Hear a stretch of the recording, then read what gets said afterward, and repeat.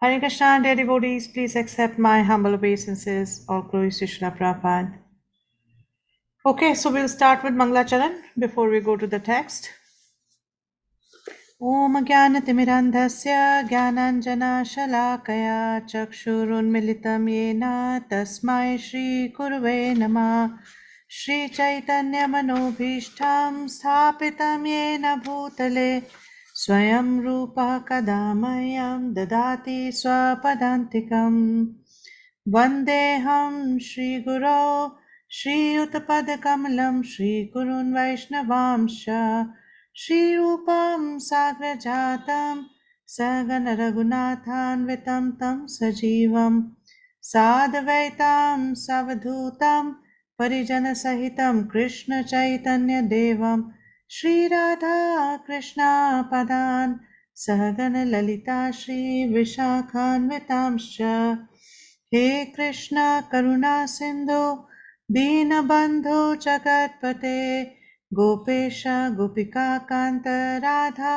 कांत नमोस्तुते तप्त कांचन गौरांगी राधे वृंदावनेश्वरी वृषभानुसुते देवी प्रणमामि हरिप्रिये वाञ्छाकल्पतरुभ्यश्च कृपा सिन्धुभ्य एव च पतितानां पावनेभ्यो वैष्णवेभ्यो नमो नमः जय श्री कृष्ण चैतन्य प्रभु नित्यानंद श्री अद्वैत गदाधर श्रीवासादि गौर भक्त वृंद हरे Krishna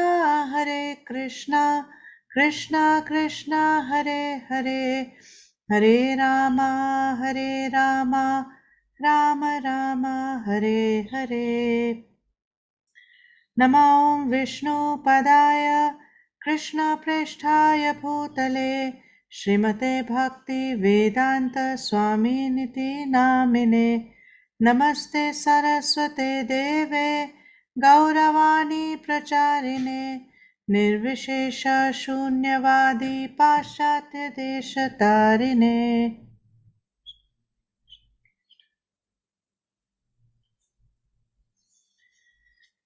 Okay.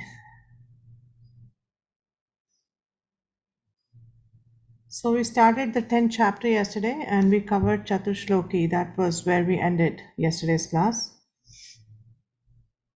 So Chatushloki is basically the essence of Bhagavad Gita. In four shlokas, Krishna gives the essence of Bhagavad Gita, which is the pure devotional service, Ananya Bhakti.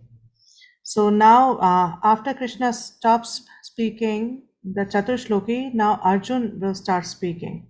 So Arjun says in 12th and 13th, Param Brahma Param Dhama Pavitram Paramam Bhavan Purusham Shashwatam Divyam Adi Devam Ajam Vibhum Ahustvam Rishaya Sarve Devarshi Naradas Asito Devalo Vyasaha Swayam Chaiva Bravishime.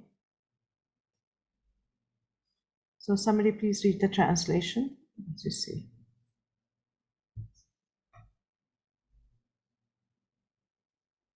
Hare Krishna. Arjuna said, You are the Supreme Personality of Godhead, the ultimate abode, the purest, the absolute truth. You are the eternal, transcendental, transcendental,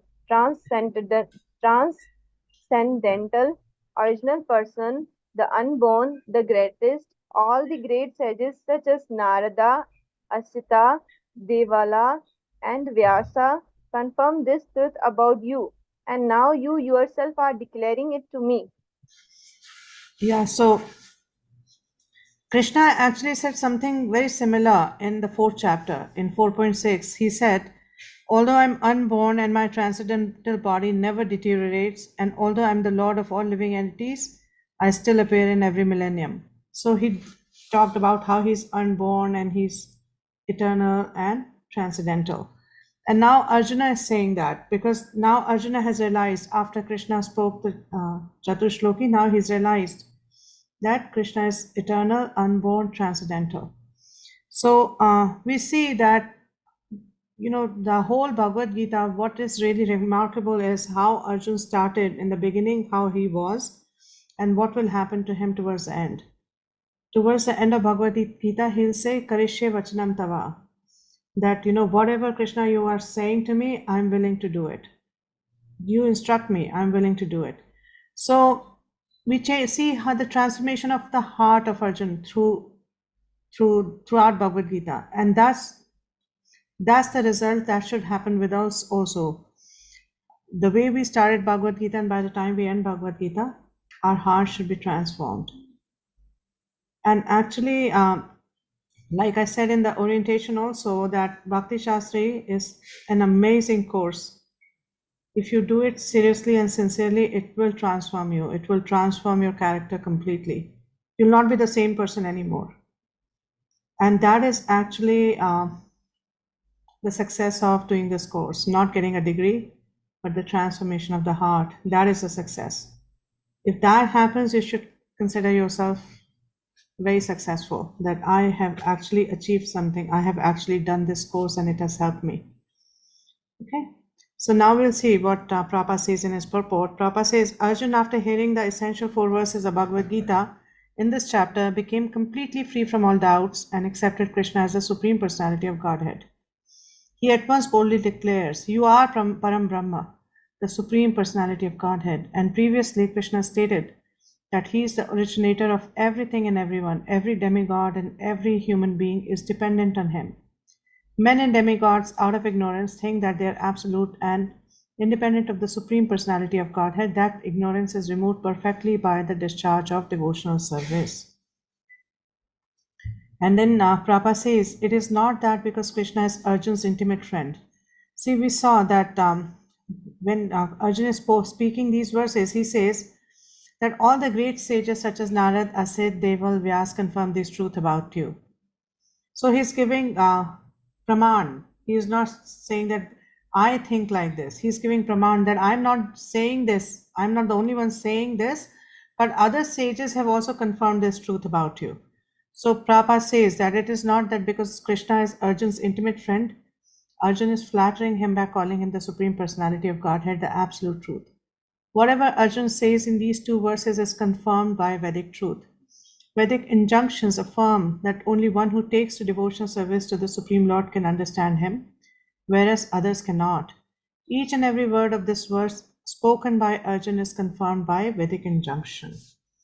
So we'll see that Arjun, conduct of Arjun is so ideal because he's not just doing anything for himself. He's also considering that other people, when they hear what Krishna says or what he says, how can they actually misinterpret or how can they comprehend it?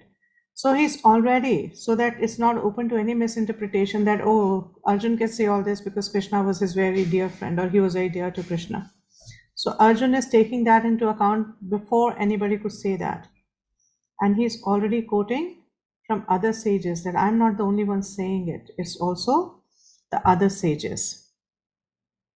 Then Prabhupada says that in the Vedas, the Supreme Lord is accepted as the purest of the pure. One who understands that Krishna is the purest of the pure can become purified from all sinful activities. One cannot be disinfected from sinful activities unless he surrenders unto the Supreme Lord. So we discussed this, that by prayashchit or by atonement, sinful reactions can be mitigated. But the sinful proclivity, the sinful tendency that is there in the heart can only go when one surrenders to the Supreme Personality of Godhead. Only when one renders devotional service. There is no other option. So Prabhupada says Arjun's acceptance of Krishna as the Supreme Pure complies with the injunctions of Vedic literature. Krishna is the Supreme Personality of Godhead, and one should always meditate upon him and enjoy one's transcendental relationship with him. He is the Supreme Existence. He is free from bodily needs, birth, and death.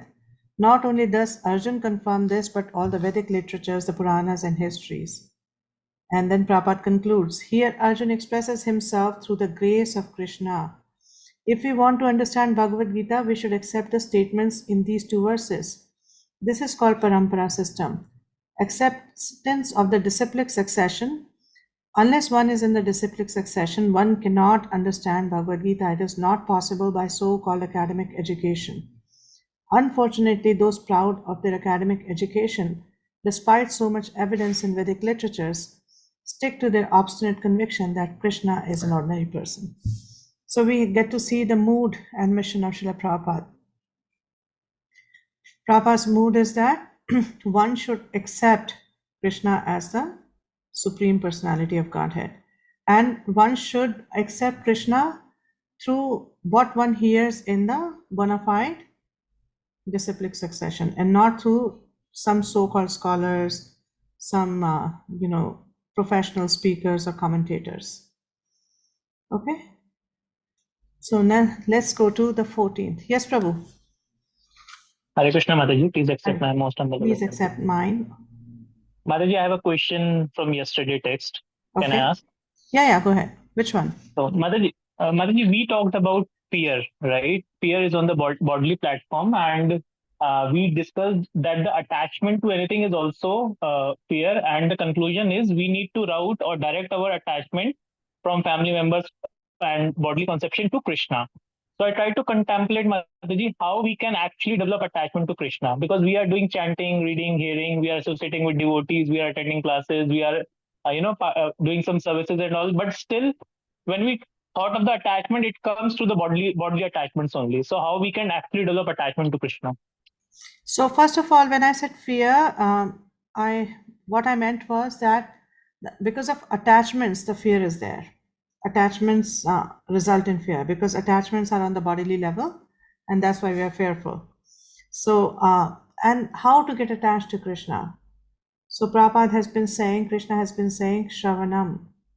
That is the prime way to get attached. So Prabhupada gives an example, and he doesn't talk about Sydney, but I'm talking about Sydney. If you don't know anything about Sydney, do you want to go there? No, right?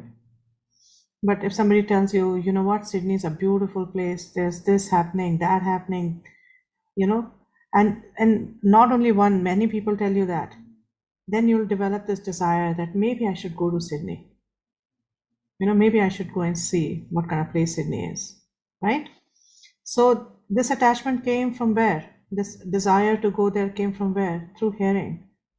So the more we hear what Krishna says and the more we hear about Krishna, what Krishna says and what is said about Krishna, the more attached we'll become. It only starts with Shravanam. And how do you get an affinity to hear? This comes in Bhagavatam, first canto, second chapter. It comes that the affinity to hear about Krishna comes by serving great souls.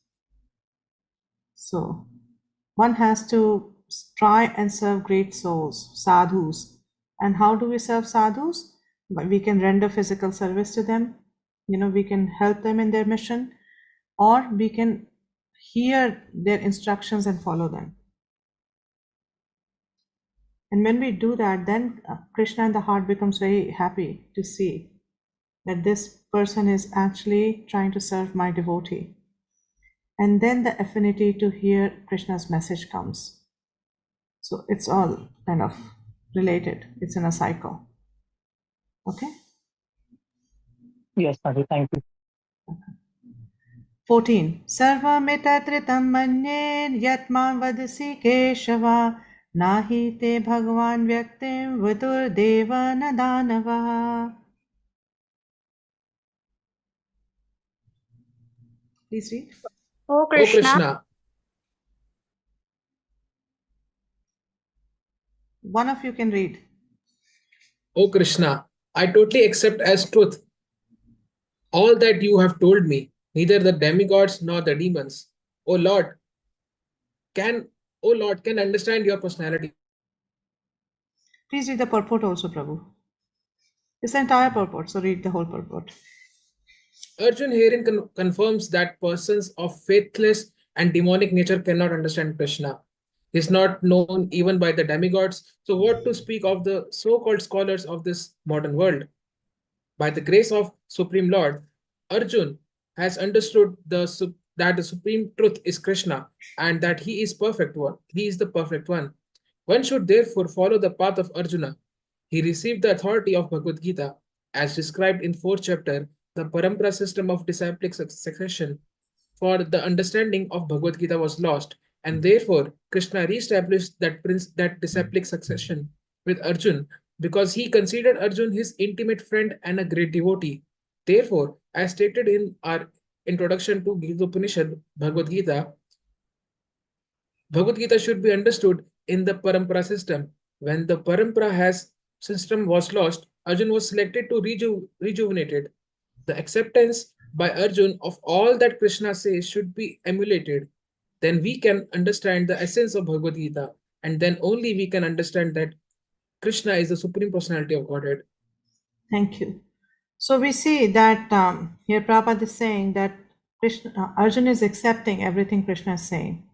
He's not doubting it, because once we accept that Krishna is the Supreme Personality of Godhead, then the chance or the desire to doubt his words doesn't even arise. Once we've accepted that he's the Supreme Person, he's the Supreme Personality, then where's the question of doubting his words? So the way Arjun is accepting, he's saying, oh Krishna, I totally accept as truth, what you have told me. So that should be our mood, that whatever Krishna says, I accept it totally. And I will try to follow it as much as possible. And it is a possibility that we may not be able to follow everything right now at our level, but we should be open to it, that Krishna, one day I want to get there. I want to come to the level that you are suggesting or you are instructing. I may not be able to do it today, but I sincerely want to come to that level. So when we have a mood like that, then we can be successful.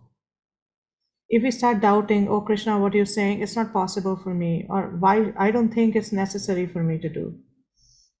So when the doubt is there, or when there is some reluctance to follow his words, then progress becomes difficult. Okay, let's go to 15th. स्वयम् एवात् आत्मना आत्मानं width त्वं पुरुषोत्तमा भूतभावना भूतेश देव देव जगत्पते.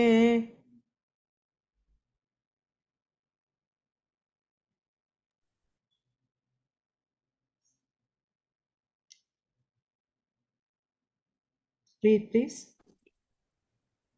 Indeed, you alone know yourself by your own internal potency, O Supreme Person, origin of all, Lord of all beings, God of gods, Lord of the universe. Yeah, so now we The see Supreme that, Krishna one second. can be known by persons who are. 1 second.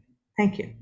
So we can see that Arjuna is glorifying Krishna. He's calling him various names. He's calling him Purushottama. He's calling him Bhuta Bhavana. He's calling him Bhutesha. Then Deva Deva and Jagatpate. So five different adjectives he's using to address Krishna. So just read the first paragraph.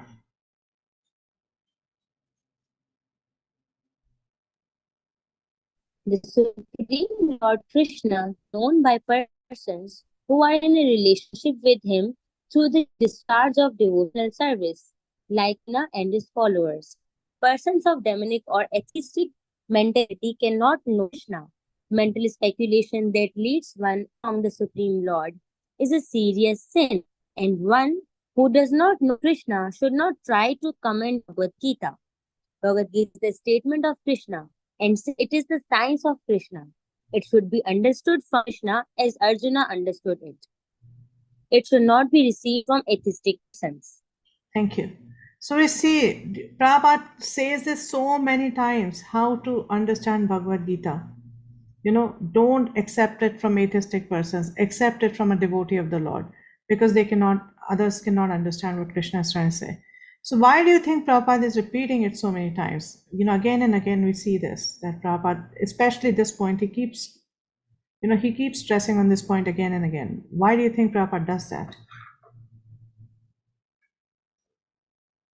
Daya?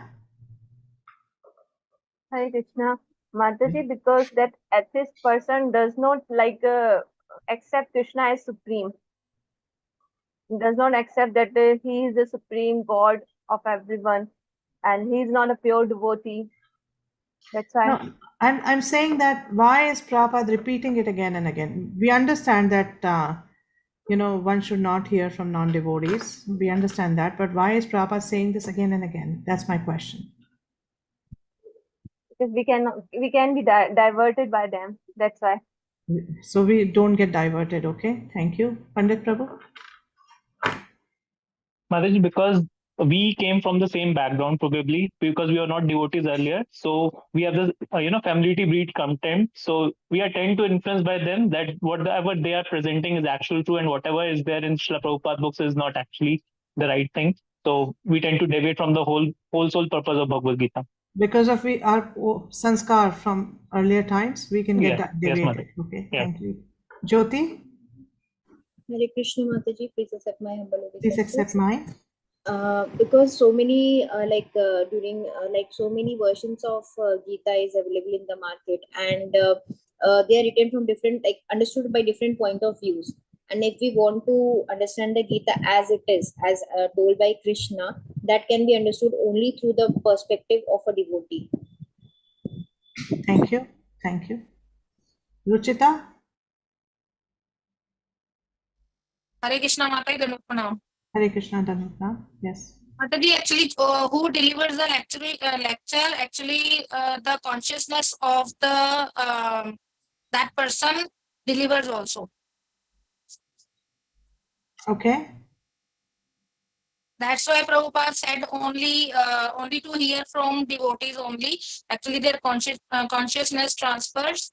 That's why. Okay. Thank you. Vaibhavi? Hare Krishna Mataji, please accept my humble obeisances. Please accept mine. Mataji, Prabhupada is focusing on this because he wants us to follow the path of disciplic succession.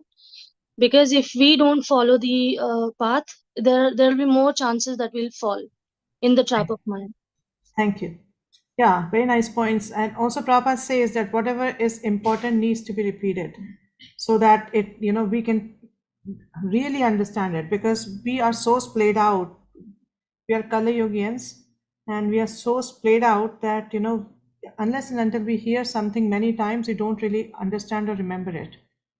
So that is why Prabhupada repeats this many, many, many times so that we can remember this. And also, like all of you are saying, that because he does not want us to get deviated. He does not want us to get, and also one reason is that many times Prabhupada had this mood that if somebody just picked up Bhagavad Gita and read maybe like one or two purports and did not read the whole Bhagavad Gita, he should still be able to get the essence. That's why Prabhupada repeats it so often, so that if somebody did not go through the entire purport or did not go through entire Bhagavad Gita, they can still get the essence and benefit from it. So that's why he repeats it so many times. Thank you. Then Prabhupada quotes from Srimad Bhagavatam, first canto, second chapter, 11th shloka, very important shloka, Vadanti tat tattva vidas, tattvam yad jnanam advayam brahmeti paramatmeti bhagwaniti shabdate. And this is like we have read this before, that supreme truth is realized in three aspects: Brahm, Paramatma, and Bhagwan, the absolute truth. So Prabhupada says a common man or even a liberated man who has realized impersonal Brahman or localized Paramatma may not understand God's personality.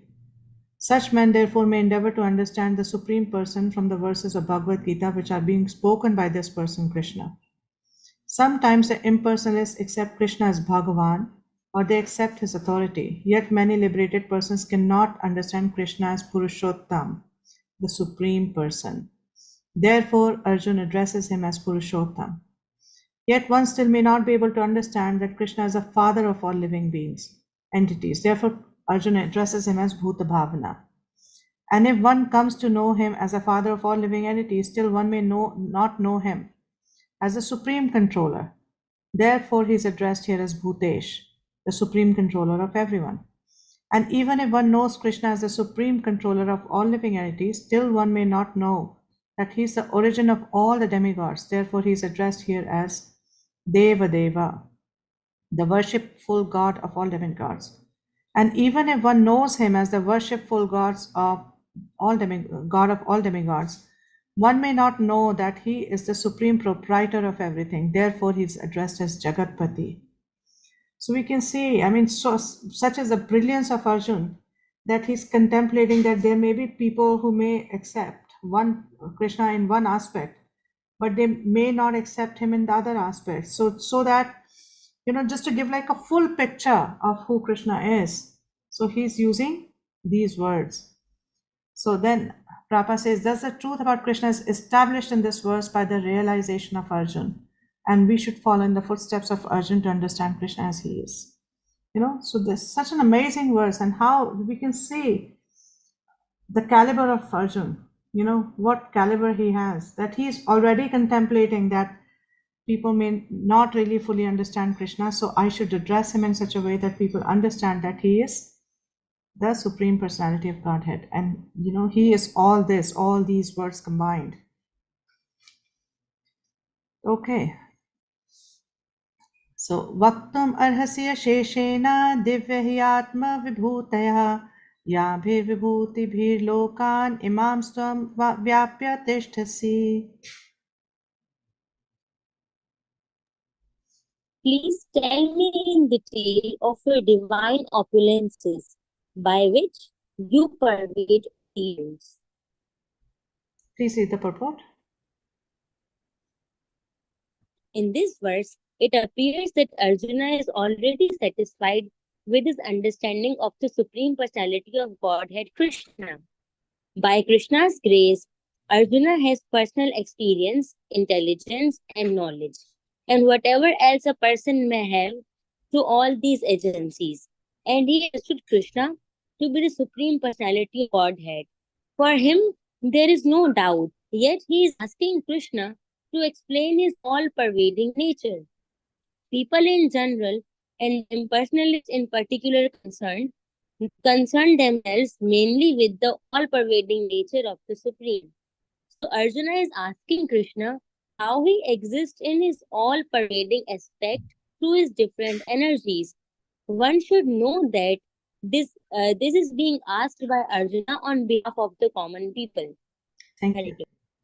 So we see again now what is Arjun thinking?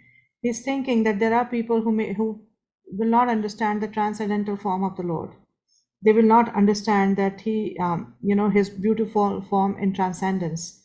So he's asking for such people, and how, he's asking Krishna to reveal more and more of his divine opulences, so that those people who are not accepting his transcendental form can see him in his vibhutis and see him in his material manifestation. Okay.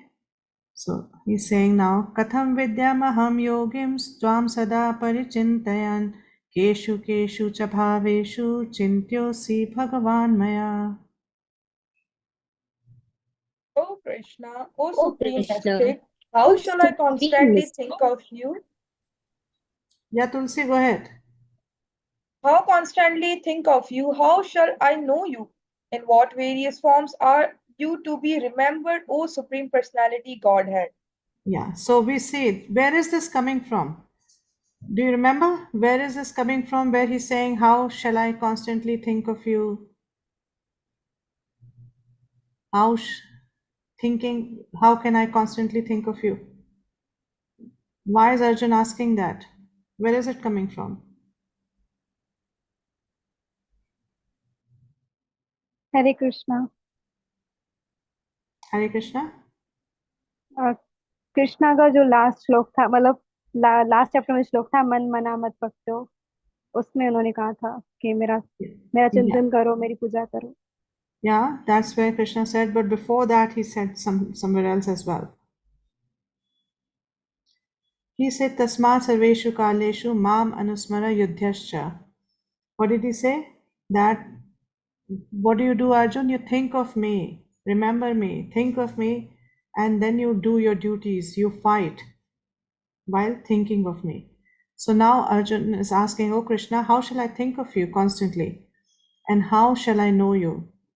Right? This instruction came in the 8th chapter, where after Krishna, when he tells Arjun how one can remember him at the time of death. So after that, Krishna speaks, Tasma Sarveshu Kaleshu Mam Anusmara Yudhyascha. Yeah. So now Arjun is asking him. So Prabhupada says in his purport, as is stated in the previous chapter, the Supreme Personality of Godhead is covered by his Yogamaya Samavritam.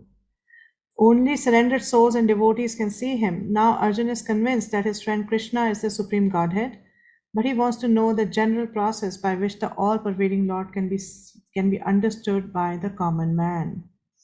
The superior devotee is concerned not only for his own understanding, but for the understanding of all mankind. So Arjun, out of his mercy, because he is a Vaishnava, a devotee, is opening for the common man the understanding of the all-pervasiveness of the Supreme Lord. He addresses Krishna specifically as Yogin because Sri Krishna is the master of the Yogamaya energy by which he is covered and uncovered to the common man. The common man who has no love for Krishna cannot always think of Krishna, therefore he has to think materially. Arjun is considering the mode of thinking of the materialistic persons of this world. The words Keshu Keshu cha Bhaveshu refers to material nature. The word Bhava means physical things. Because materialists cannot understand Krishna spiritually, they are advised to concentrate the mind on physical things. And try to see how Krishna is manifested by physical representations. Yeah? So he's saying that in what forms are you to be remembered? So he's asking that those who are materially motivated, who are materially situated, how can they remember you all the time? How can they think of you all the time? You know, for them it is not easy because their minds are so much engrossed in matter. It's not so easy for them to think of you. So he's asking that please tell us about your all-pervasive nature, your opulences, so that one can, while looking at matter, while being in this material world, one can still think of you. Okay, so now he's saying, so Arjuna is saying now, Vistarenatmano yogam vibhutim cha janardana bhuya kathaya triptirhi shinvato nasti me mritam. Read, please. Oh, Janardhan, again, please describe in detail the mystic power of your opulences.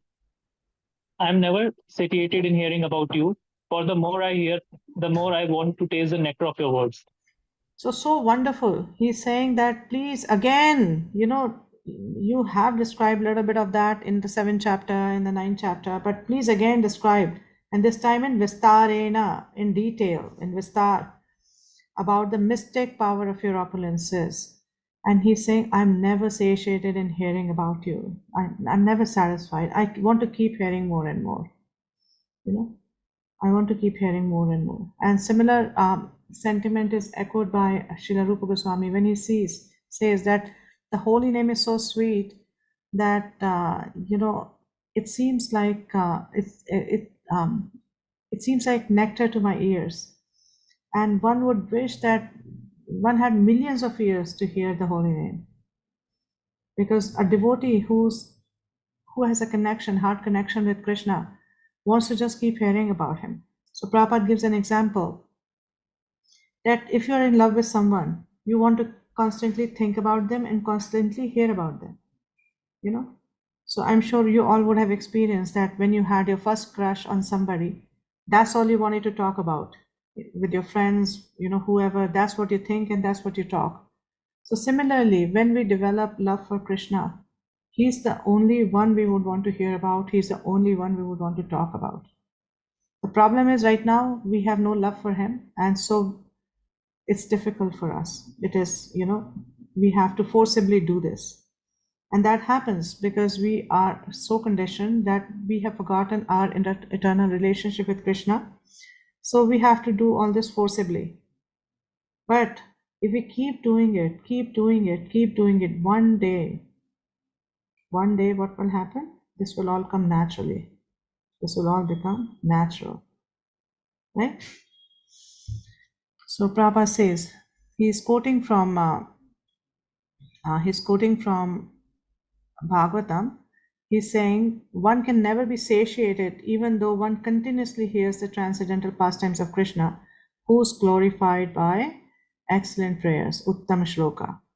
Those who have entered into a transcendental relationship with Krishna relish at every step the descriptions of the pastimes of the Lord. Thus, Arjun is interested in hearing about Krishna and specifically how he remains as the all pervading Supreme Lord. Now, as far as Amritam, nectar is concerned, any narration or statement concerning Krishna is just like nectar. And this nectar can be perceived by practical experience. Modern stories, fiction, histories are different from the transcendental pastimes of the Lord in that one will tire of hearing mundane stories, but one never tires of hearing about Krishna.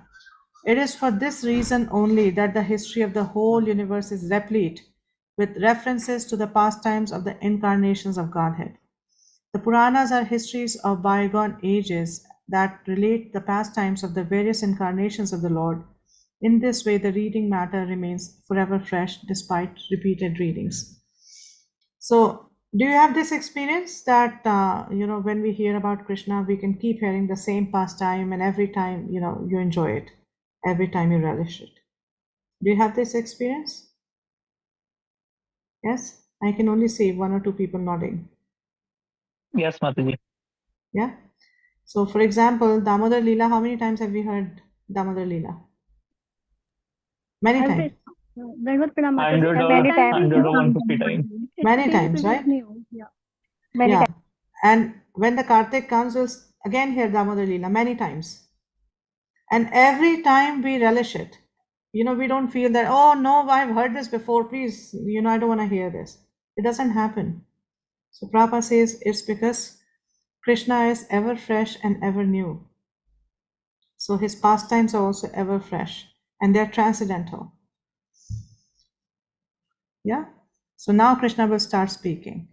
Shri Bhagwan Vacha Hantate Kathayishyami Divya hi Atma Vibhutayah Pradhanyanta Kuru Shrestha Nasti Anto Vistarasya Me.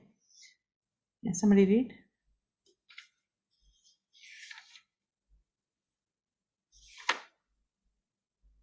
The Supreme Personality of The Godhead said, Supreme Personality of Godhead said, yes,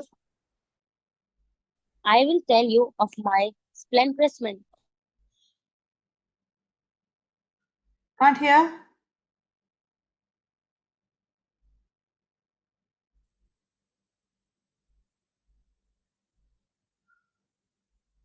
Please read. can I read, Mataji? Yeah, go ahead. The Supreme Personality of Godhead said, yes, I will tell you of my splendorous manifestations, but only of those which are prominent. O Arjuna, for my opulence is limitless.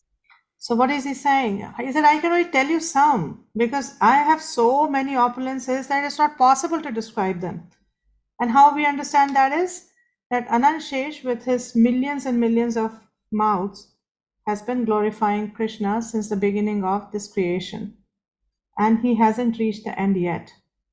He has been glorifying Krishna, and Krishna's glories grow every day. Every day they grow. So it's not possible to reach the limit. So he's saying my opulences is limitless. So I'll tell you some. So in the purport, Prabhupada is saying that it is not possible to comprehend the greatness of Krishna and his opulences. The senses of the individual soul are limited and do not permit him to understand the totality of Krishna's affairs. Still, the devotees try to understand Krishna, but not on the principle that they will be able to understand Krishna fully at any specific time or in any state of life. Rather, the very topics of Krishna are so relishable that they appear to the devotees as nectar. Thus, the devotees enjoy them. In discussing Krishna's opulences and his diverse energies, the pure devotees take transcendental pleasure. Therefore, they want to hear and discuss them. Krishna knows that living entities do not understand the extent of his opulences. He therefore agrees to state only the principal manifestations of his different energies.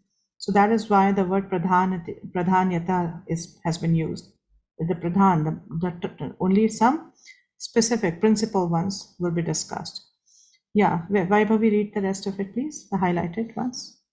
And Vibhuti, as used in this verse, refers to the opulences by which he controls the whole manifestation. In the Amar Kosh dictionary, it is stated that Vibhuti indicates an exceptional opulence.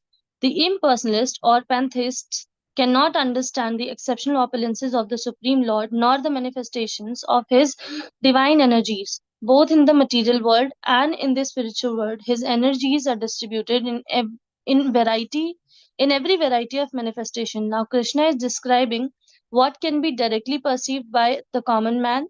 Thus, part of every variegated energy is described in this way. Hare Krishna. So now Krishna is going to talk about some of his exceptional and specific opulences.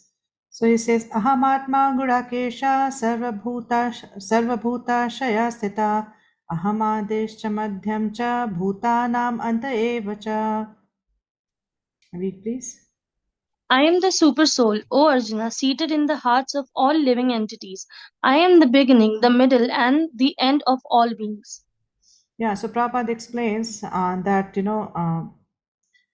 he, in his Purusha incarnations, he comes as Purushas, and from him the creation starts when Mahavishnu lies down, and then and then all these universes that come into being, Mahavishnu expands as Garbhadakshay Vishnu and enters into each and every universe. And then he expands, Garbhadakshay Vishnu expands as Shiradakshay Vishnu and enters into each and every living entity, as super soul. So Prabhupada is explaining that when he's saying I'm the super soul, he's actually the super soul of everything. Even the Brahmans, even even different demigods, even different living entities. He is the super soul of literally everything. So Prabhupada says in this verse, Arjuna is addressed as Gurakesh, which means one who has conquered the darkness of sleep. For those who are sleeping in the darkness of ignorance, it is not possible to understand the Supreme Personality of Godhead how the Supreme Personality of Godhead manifests himself in various ways in the material and spiritual worlds. Thus, this address by Krishna to Arjuna is significant because Arjuna is above such darkness. The personality of Godhead agrees to describe his various opulences. Yeah, somebody please read this.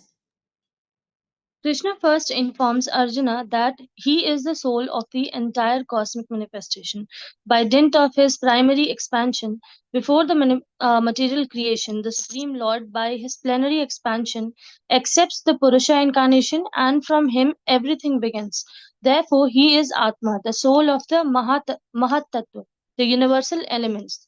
The total material energy is not the cause of the creation. Actually, Mahavishnu enters into the Mahat Tattva, and Mahatattva, the total material energy, he is the soul. When Mahavishnu enters into the manifested universes, he again manifests himself as the super soul in each and every entity. We have experienced that the personal body of the living entity exists due to the presence of the spiritual spark. Without the existence of the spiritual spark, the body cannot develop. Similarly, the material manifestation cannot develop unless the Supreme Soul, Krishna, enters. Thank you. So is this clear so far? Any questions so far? Yes, there. Hare Krishna, Mataji. Mataji, I have a confusion that if a living being is alive due to presence of individual soul or super soul or both. Nice. Okay, so have you heard of near-death experiences or out-of-body experiences? Have you heard? No. Has anyone heard of out-of-body experiences? Yes, Hare Krishna. Who's Yes, this? Yes, Mataji. Yes, Yeah. Yes, Mataji. Yeah. So what is an out-of-body experience?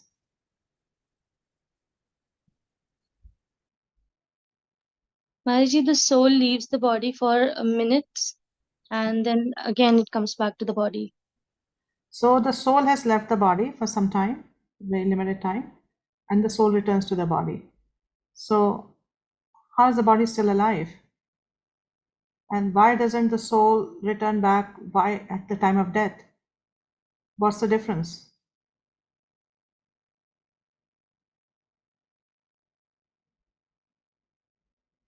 Keshari? Mataji, because the super soul is present. When?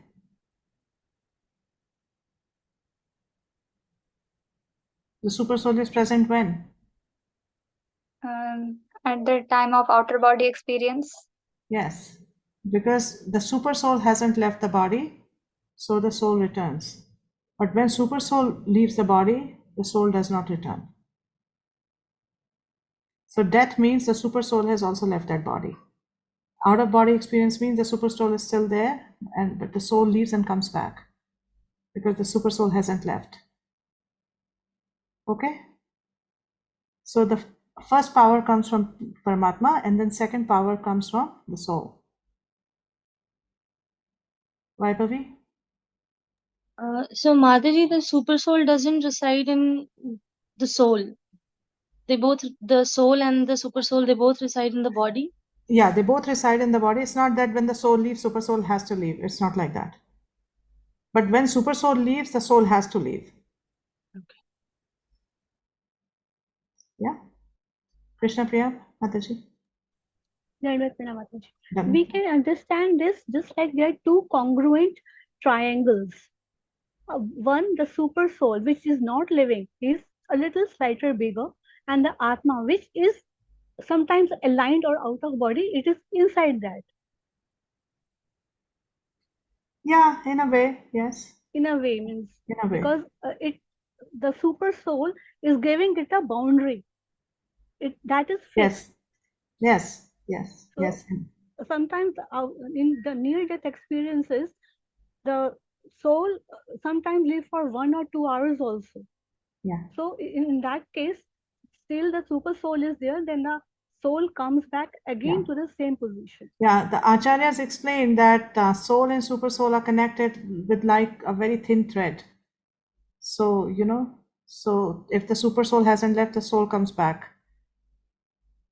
There's like the super soul has to leave for the soul to leave. Krishna Priya Mataji, are you a mathematician? What is it? How are you thinking of congruent triangles? I'm an engineer, Mataji. You're an engineer. Okay. Okay. So I think mathematically. Yeah, yeah. You think like that. Okay. Jyoti. Hare Krishna Mataji, I have a related question. Like, for then at the time of birth, like, what happens, like, related to the soul and super soul? When the the soul enters through the semen, and then the super soul enters, and that's when the child, becomes fully conscious. The super soul also enters at the same time. So both happens, like the soul and super soul both happens during pregnancy. Yes, yes. That's why the child prays. The child has some cognizance, some consciousness. So Mataji, like the soul, it enters through semen, right? So but already the embryo in the starting, when the child is about to, like, the body will be forming, no? So The super soul enters at that time. As soon as the embryos form, the super soul enters. Yeah. Okay, so now Krishna will start describing. He's saying, Aditya namaham Vishnu Jyotisham Ravir Amshuman Marichirma Marutam Asmi Nakshatranam Aham Shashi. Somebody read this, please. Of the Adityas, I am Vishnu. Of lights, I am the radiant sun. Of the Maruts, I am Marichi. And among the stars, I am the moon. Please read the highlighted purport. There are 12 Adityas, of which Krishna is the principal. Among all the luminaries shining in the sky, the sun is the chief, and in the Brahma Samhita, the sun is accepted as the glowing eye of the Supreme Lord. There are 50 varieties of wind blowing in space, and of these winds, the controlling deity, Marichi, represents Krishna. Among the stars, the moon is the most prominent at night, and thus the moon represents Krishna. The sun is one, and as by the reflection of the sun, the moon illuminates, so also do the stars. Since Bhagavad Gita indicates herein that the moon is one of the stars, The twinkling stars are not suns but are similar to the moon. Thank you. So he says that there are 12 Adityas. Who are Adityas? Sons of Aditi and Kashyap. They are known as Adityas. So when he says there are 12 Adityas, of which Krishna is the principal, which Aditya is he referring to?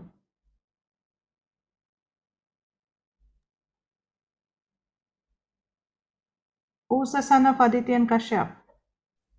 Mataji, Yes, Rishabh Prabhu. Dev. No. Prabhu? Shubham? Prabhu? Mataji, the demigods Indra, if I'm right. No. No. It's Vaman Dev. Vaman Dev is the son of Aditi and Kashyap. And then he says, among all luminaries, I am the sun. So he's also known as Surya Narayan. The presiding deity of sun is also known as Surya Narayan. And then he says that I also Marichi, who's the controlling deity of winds, is my representative.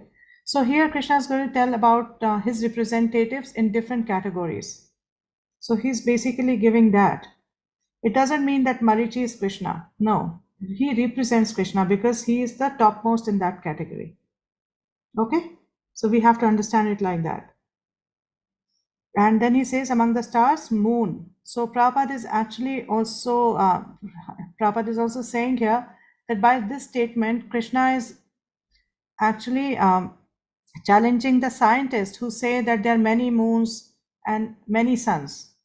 So there is only one sun and and moon is one of the stars. So sun is only one and moon reflects the light of the sun. Okay. So now, yes, Prabhu. So Mataji, when we talk about the representation, so is it like that spiritual master is the representative of Krishna? So likewise, it's been stated here. No, it is basically what it means is we will see it like, he will also say that among Kavis, I am Ushana, which is Shukracharya. So Shukracharya is not like really his representative we see from that Katha of Vaman Maharaj, Vaman Dev, right? But what he's saying is that in every category, whatever is the principal one, say among all the stars, the most prominent is moon. So moon is my representative. So in every category, whoever is the principal one is representing Krishna. That's what it means. Yes, Prabhu? Shubham Prabhu? Mataji, but the scientists have also discovered there are a lot bigger suns compared to our sun. So, and it is also said here that twinkling of the stars are not suns, but the stars are basically the gases in the chemical reactions are happening there. So, how do we understand this thing? Okay, so there are different universes. So ours is a small universe, there are bigger universes also. So they can have a bigger sun. So it's not contradictory. But it's not that in one universe there are many suns. In one universe, Krishna says there's only one sun, and that's what Prabhupada supports. Scientists can say many things. Scientists, today are saying something. After 10 years, they'll say something else. When I was studying, Pluto used to be a planet. Yeah, it's not a planet anymore. So scientists their theories keep changing. So, but we should take into account what Krishna is saying and what Prabhupada is saying based on Vedic wisdom. Okay. Then he says, Vedanam samavedosmi, Devanam asmi vasava, Indriyanam manashasmi, Bhutanam asmi chetana. Of the Vedas, I am the Samved. Of the demigods, I am Indra, the king of heaven. Of the senses, I am the mind. And in living beings, I am the living force, consciousness. Thank you. So he says that among all the four Vedas, I am Samaved. Why? Because Samaved contains Hari Kirtan and chants, basically glorification. So I am the Samaved. And even when it is said that when Garuda carries Vishnu, and when Garuda flaps his wing, then one can hear the verses of Samaved. By the flapping of Garuda's wings, one can hear the hymns of Samaved. So even Garuda is singing the hymns of Samaved. And of demigods, I am Indra, because Indra is the chief of all the demigods. And of the senses, I am mind, because mind controls all the other senses. We have read this before. That mind is the topmost sense because it controls the rest of the senses. And in living beings, I am the consciousness, because consciousness is what drives the body. It is not the matter. And consciousness is a sign of what? Is the symptom of presence of soul. We read that in the second chapter, right? Consciousness is the symptom of the presence of the soul. Yeah, Jyoti. You are on mute. Can't hear. I had this question like of the demigods, Indra is the king of all the demigods. Then what about Shiva? Shiva is not really considered as a demigod. Shiva and Brahma are not really considered as demigods. Because they are more concerned as guna avatars.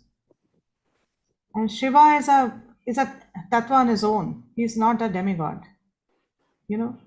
Because Sadashiv is nothing but an expansion of Vishnu.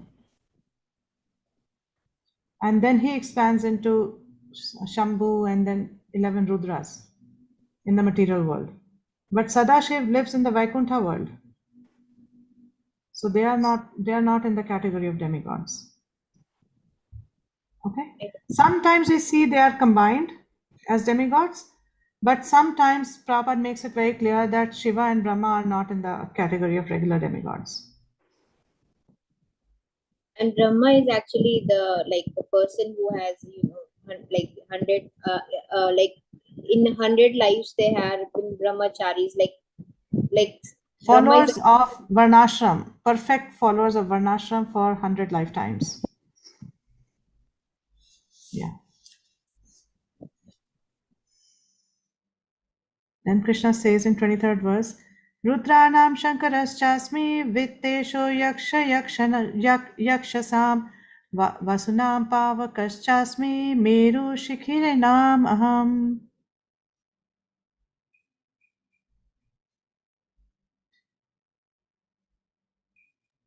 Somebody Of please. all the Rudras, I am Lord Shiva. Of the Yakshas and Rakshasas, I am the Lord of wealth Kuvera.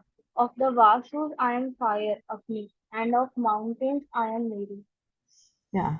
So Prabhupada in his purport says that there are 11 Rudras of whom Shankar, Lord Shiva, is predominant.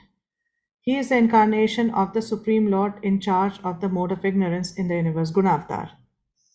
The leader of the Yakshas and Rakshasas is Kuver, the master treasurer of the demigods, and he is the representation of the Supreme Lord. Meru is a mountain famed for its rich natural resources. Okay, so Prabhupada is explaining this. Now, text 24. Purudhosamscha mukhyam mam vidhi partha brihaspatim sinaninam aham skanda sarasam asmi sagara. Sorry. Yeah. Of priests, O Arjuna, know me to be the chief, Brihaspati. Of generals, I am Kartikeya. And of the bodies of water, I am the ocean. Please read the purport. Indra is the chief demigod of the heavenly planets and is known as the king of the heavens. The planet on which he reigns is called Indraloka. Brihaspati is Indra's priest, and since Indra is the chief of all kings, Brihaspati is the chief of all priests. And as Indra is the chief of all kings, similarly, Kanda or Kartike, the son of Parvati and Lord Shiva, is the chief of all military commanders. And of all bodies of water, the ocean is the greatest. These representations of Krishna only give hints of his greatness. Okay, so I think it's pretty clear. So let's move on. Maharshinam Briguraham Giramasmi Ekam Aksharam Yakyanam Japayagyosmi Sthavaranam Himalaya. Of the great sages, I am Brigu. Of vibrations, I am the transcendental Om. Of sacrifices, I am the chanting of the holy names. And of immovable things, I am the Himalayas. Yeah, so he's saying that among the great sages, I am Bhrigu. Bhrigu is the son of Brahma. And among the vibrations, I'm transcendental Om. Om is a representation of Krishna. And of sacrifices, I am chanting. That is, japa is the highest sacrifice. Japa is the highest yagya. Right? Prabhupada says that in many places, that Sankirtan yagya is the highest yagya. And of the immovable things, I am Himalayas. And Prabhupada clarifies this. He says that sometimes animal sacrifice are recommended, but in the sacrifice of Hare Krishna, there is no question of violence. It is the simplest and the purest. Whatever is sublime in the worlds is the representation of Krishna. Therefore, the Himalayas, the greatest mountain in the world, also represents him. The mountain named Meru was mentioned in a previous verse, but Meru is sometimes movable, whereas Himalayas are never movable. Thus, the Himalayas are greater than Meru. Okay. Ashwatha sarva vrikshanam devashinam cha narada gandharvanam chitraratha siddhanam kapilo muni.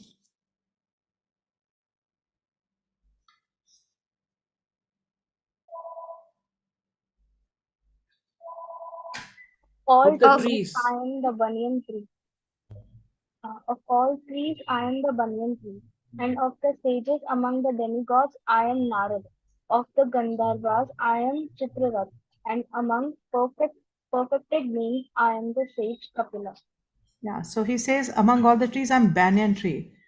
Why? Because banyan tree is also worshipped in India, and also because it is a very unusual tree. It has roots going upwards, yeah, and also downwards, both ways. You see the roots of banyan tree, and roots also grow from the branches. And sometimes the main root dies, yet the roots from the branches and all other roots sustain the tree. So it is considered very sacred. And in the 15th chapter, we will read that how this material world is compared to an ashwat tree, a banyan tree. So it's a very interesting analogy. You'll see that in the 15th chapter. So he says, of the trees, I'm the banyan tree. Of the sages among demigods, I'm Narad. So Narad is a Dev Rishi, right? He's a Dev Rishi. He travels everywhere and he spreads the message of the Lord. Whoever he meets, he turns that person into a devotee. And then he says of Gandharvas. Gandharvas are those Upadevtas. They are semi-demigods. Gandharvas are not like full demigods, they are Upadevtas. And they are very expert in singing beautifully. So among them, Chitrarath is the topmost singer. So he's a representative of Krishna. And among perfected beings, I'm sage couple. So Prabhupada says the Gandharva planet is filled with entities who sing beautifully. And among them, the best singer is Chitrarath.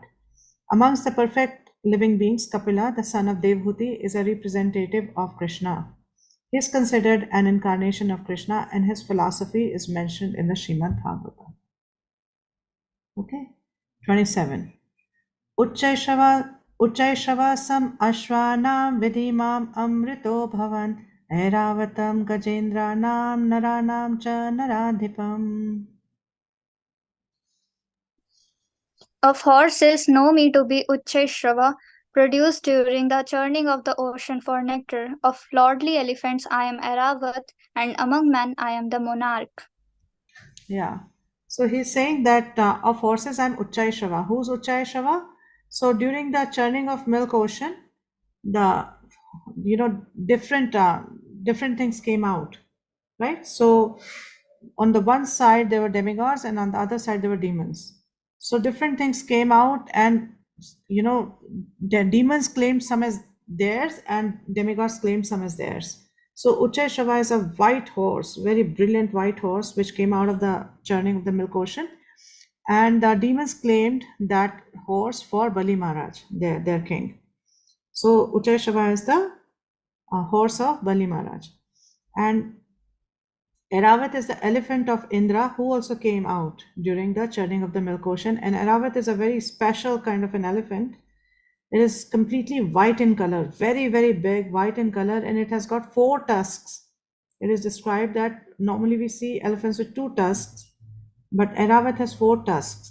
And it keeps a mixture of wine it keeps a mixture of wine and water next to its brain and keeps sprinkling that on Indra. You know, as Indra travels on Eravat, Eravat keeps sprinkling that mixture on Indra. So a very special kind of an elephant. And then Prabhupada says, because these two animals were produced from nectar, that is during the churning of milk ocean, they have special significance and they are representatives of Krishna. Amongst the human beings, the king is the representative of Krishna because Krishna is the maintainer of the universe. And the kings who are appointed on account of their godly qualifications are maintainers of their kingdom. In Vedic literature, the king is considered to be the representative of God.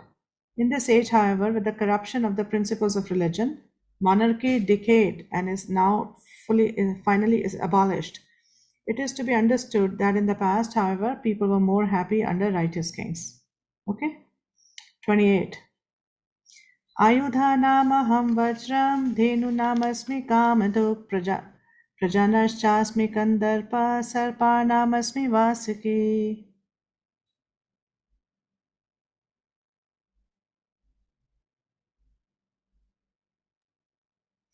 Of weapons, I am the thunderbolt. Among cows, I am the Surabhi. Of causes for procreation, I am the Kandarpa. The god of love, and of serpents, I am Vasuki. Vasuki. Yeah, somebody can read the purport. The thunderbolt, indeed a mighty weapon, represents Krishna's power of Krishna Loka in the spiritual sky. There are cows which can be milked at any time, and they give as much milk as one likes. Of course, such cows do not exist in this material world, but there is mention of them in Krishna Loka. The Lord keeps many such cows, which are called Surabhi. It is stated that the Lord is engaged in herding the Surabhi cows. Kandarpa is the sex desire for presenting good sons. Therefore, Kandarpa is the representative of Krishna. Sometimes sex is engaged in only for sense gratification. Such sex does not represent Krishna, but sex for generation of good children is called Kandarpa and represents Krishna. Okay, so I think it is pretty clear. So, are we okay so far? Anyone has any questions so far? We can proceed? Okay. Anantaschasmi Nagan. Okay, Prabhu, go ahead. What's your question? So, Mataji, here it's been mention of serpents and Vasuki. Okay, Yeah. but we have heard of Ananshas as well. He's serpent, no? So Yeah. just wanted to check. Wait. Next shloka itself. Okay. Anantaschasmi Naganam Varuno Yadasam Aham Pitranam Aryama Chasmi Yama Samyamatamaham.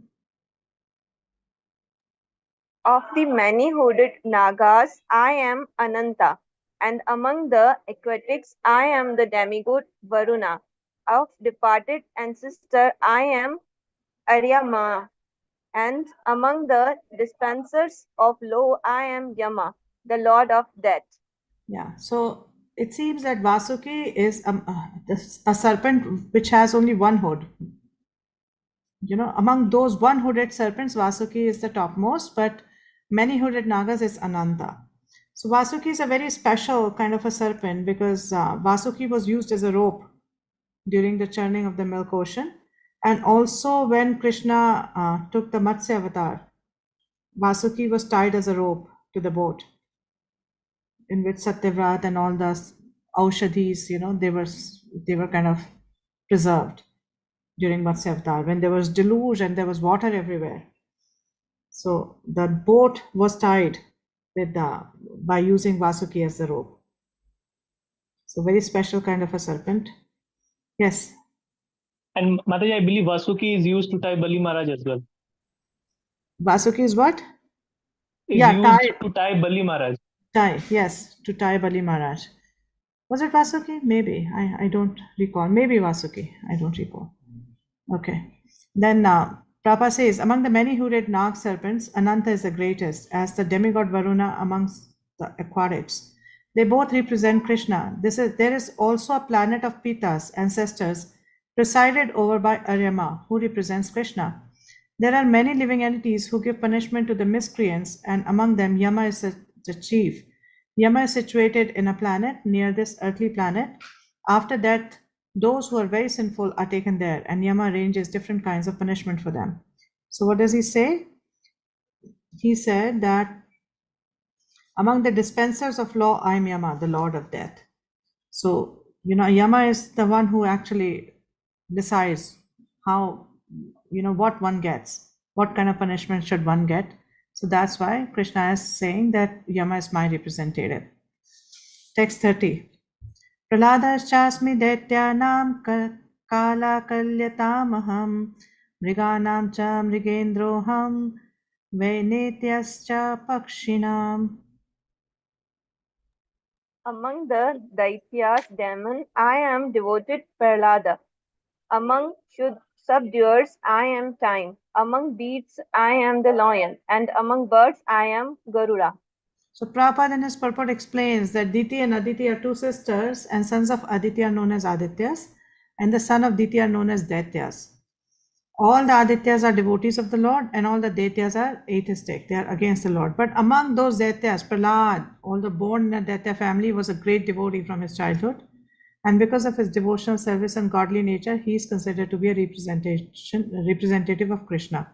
So he says, among the Daitya demons, I am devoted Prahlad. That's what Krishna is saying. And then Prabhupada explains that there are many subduing principles, but time wears down all things in the material universe. And so represents Krishna. Time is like the greatest killer. With time, everything gets destroyed.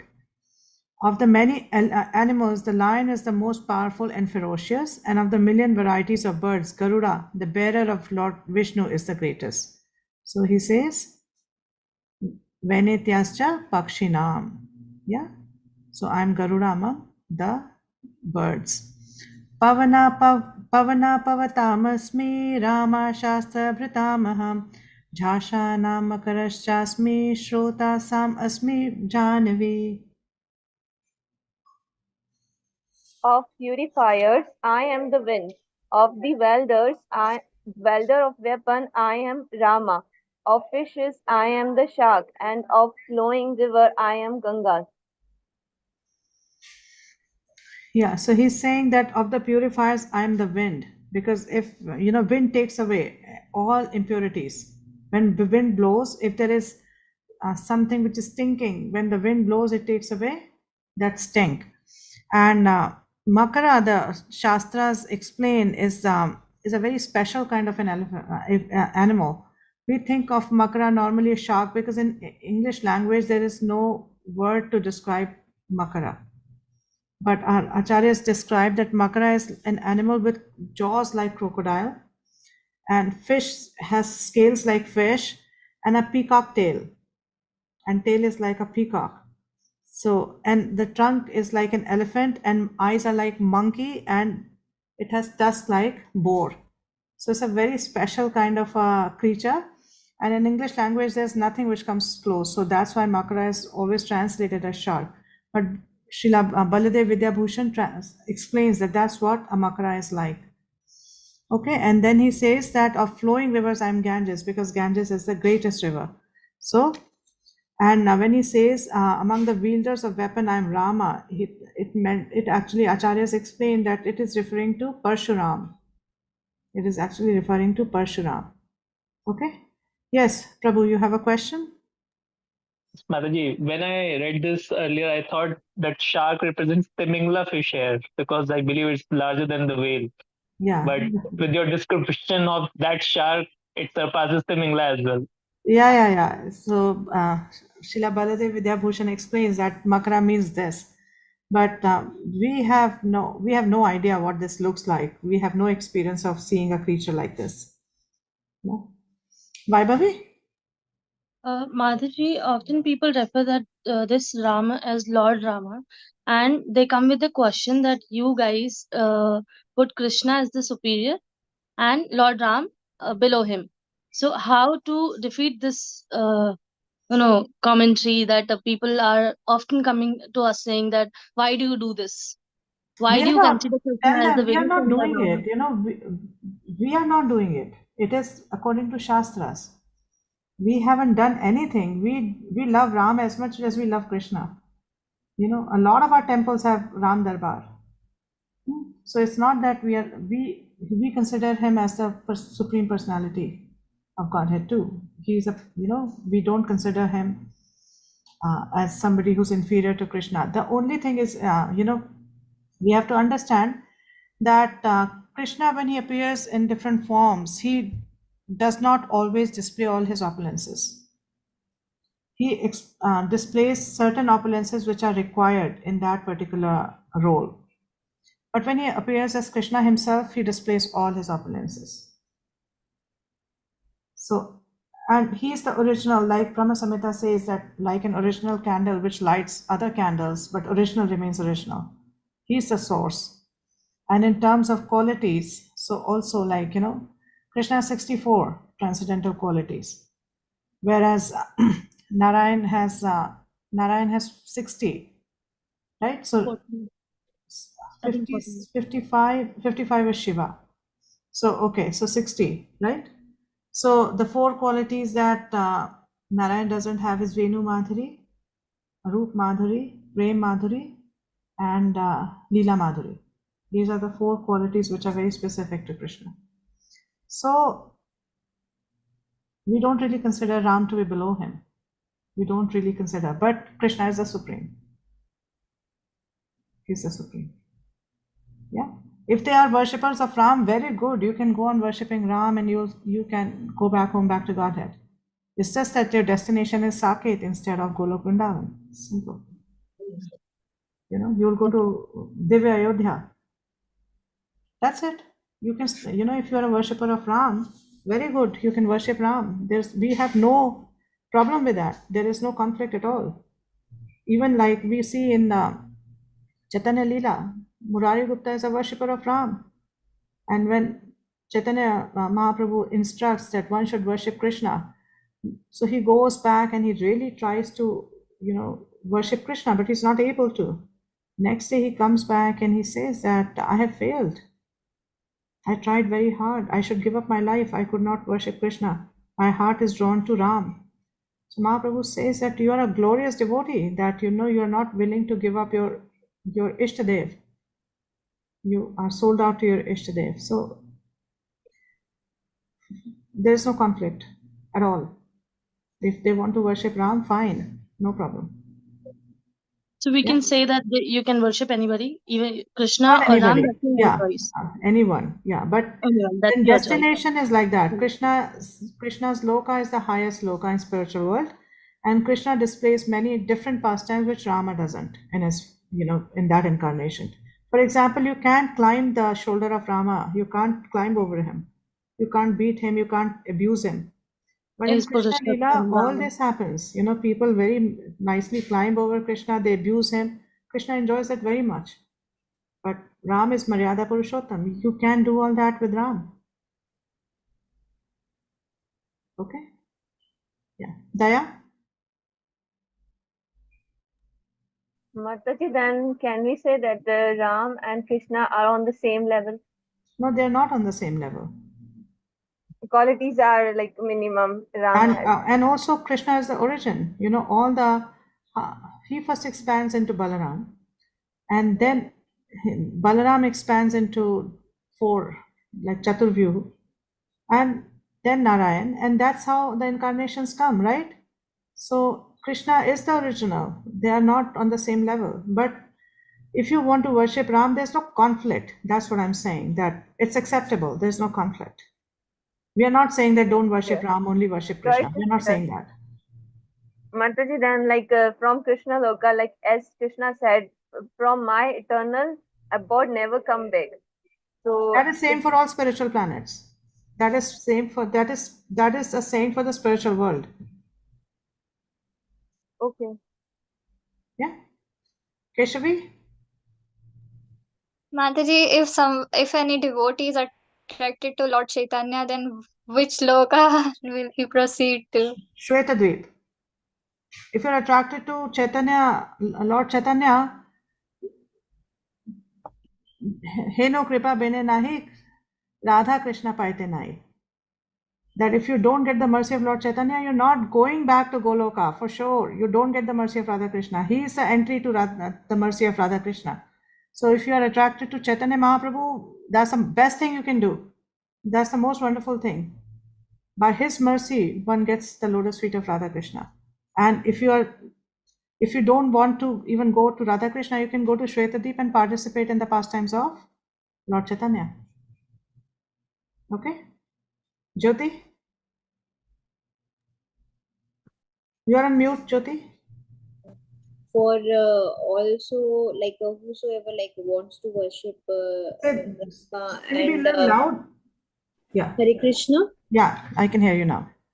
Mataji, like for whosoever who wants to worship Rama, like they also need to chant the Mahamantra only. Yes, Prabhupada makes it very clear that for those who are attracted to Ram, Hare Krishna, Krishna Krishna, Hare Hare, Hare Ram represents Ram. And in that case, Hare means Sita. Okay? Yeah. Okay, and let's come to 32.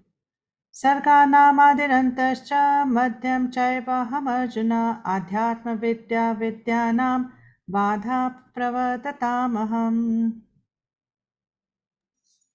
Of all creation, I am the beginning and the end and also the middle. O Arjuna, of all science, I am spiritual science of the self, and among logicians, I am the conclusive truth. Please read the purport.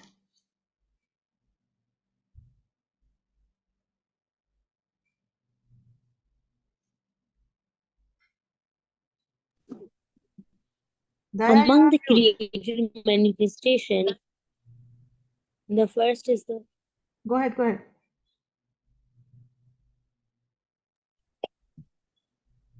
Among the created manifestations, the first is the creation of the total material elements. Explained before, the cosmic manifestation is created and conducted by Mahavishnu, Garbhodakshai Vishnu, and Shirodakshai Vishnu. And then again, it is annihilated by Lord Shiva. Brahma is a secondary creator. All these agents of creation, maintenance, and annihilation are incarnate of the material qualities of the Supreme Lord. Therefore, he is the beginning, the middle, and the end of all creation. For advanced education, there are various kinds of books of knowledge, such as 4 Vedas. There are 6 supplements, the Vedanta Sutra, books of logic, books of religion, and the Puranas. So altogether, there are 14 divisions of books of education. These, the book which presents Adhyatma Vidya, spiritual knowledge, in particular, the Vedanta Sutra represents Krishna. Among logicians, there are different kinds of argument. Supporting one's argument with the evidence that supports the opposing side is called jalpa. Merely trying to defeat one's opponent is called tanda. But the actual conclusion is called vad. This conclusive truth is a representation of Krishna. Okay. Hare Krishna. So Prabhupada is explaining that how Krishna is the beginning and the end and also the middle. And also of all the sciences, spiritual science, Adhyatma Vidya is the topmost and it represents Krishna. And among logicians, I'm the conclusive truth. So the Acharyas say that the arguments are of 3 types. One is Jalpa, one is Vitanda, and one is Vada. What is Jalpa? Jalpa is that, you enter an argument and you start giving, evidences which are not clear, which can be taken either way, which can be taken as supporting you and which can be taken as also supporting the opposing party. So such kind of argument is called as Jalpa. And then Vitanda is that yen kain prakaren, I have to defeat this person. So the person would try to win at any cost. Doesn't matter whether it's truth or not truth. I just want to defeat my opponent. That kind of argument is called Vitanda. But Vada means an argument which is had for the establishment of truth. The idea is just to establish the truth. It doesn't matter who wins, who loses. So that kind of argument is called Vada. And Krishna says that I am Vada, the conclusive truth. of all kinds of argument. Vada is my representation. Then he says, Aksharanam akarosmi dvanda samasikasya cha aham evakshaya kalo dhataham vishwato mukha.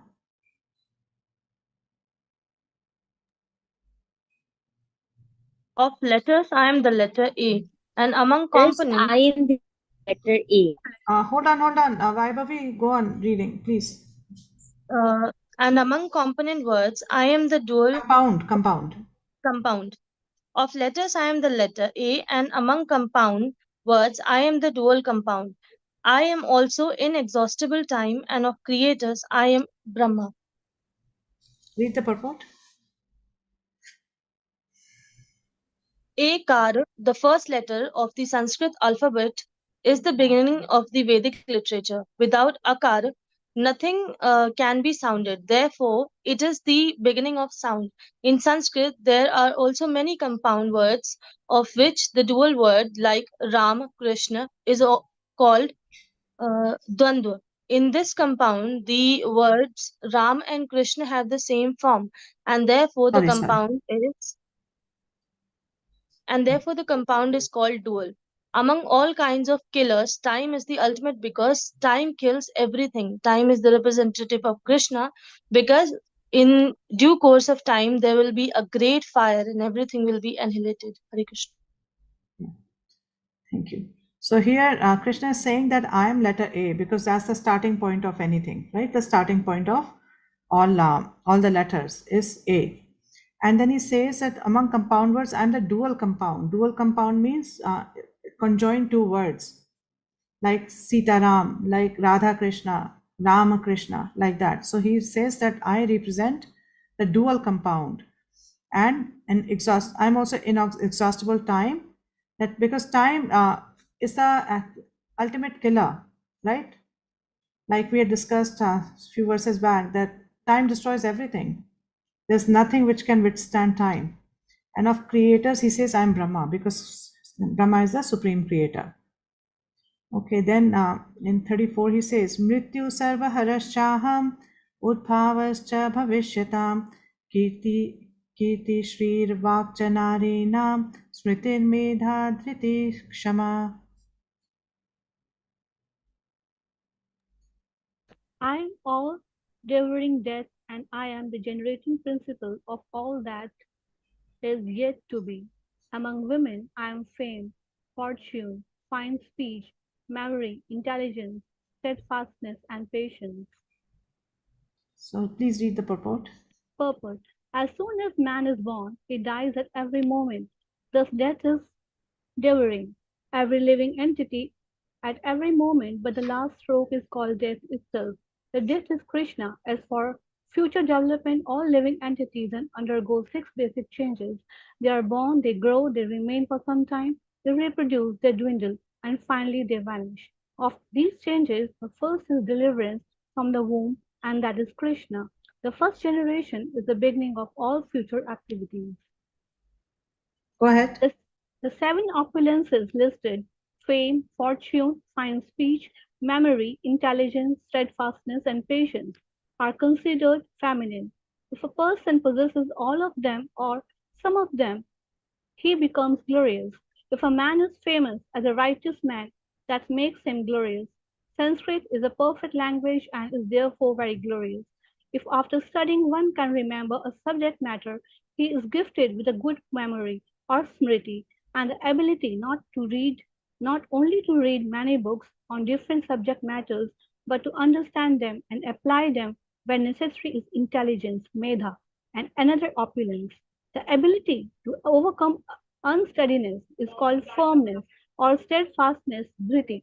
And when one is fully qualified, yet he is humble and gentle, and when one is able to keep his balance both in sorrow and in ecstasy of joy, he has the opulence called patience, shama. Yeah, so Prabhupada explains that how he's the all-devouring death, because at many places he says that Krishna appears as death in case of non-devotees. Yeah, he meets them as death. And for devotees, he meets them as Krishna.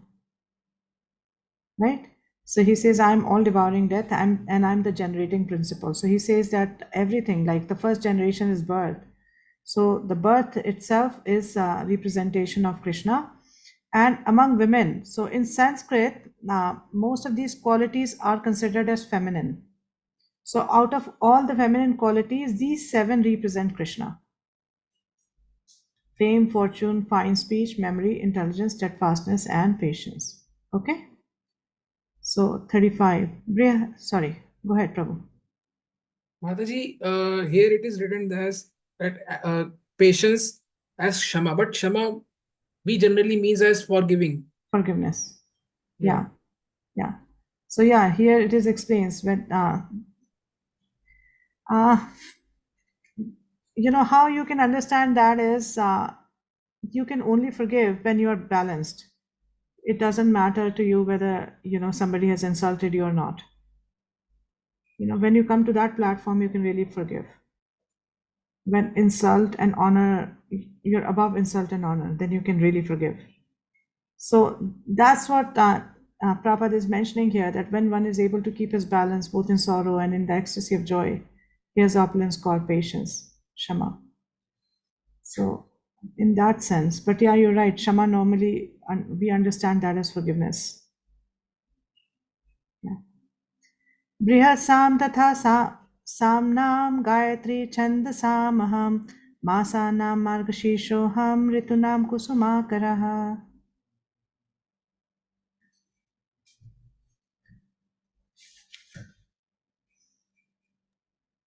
Of the hymns in the Samved, I am the Brihat Sham, and of poetry, I am the Gayatri.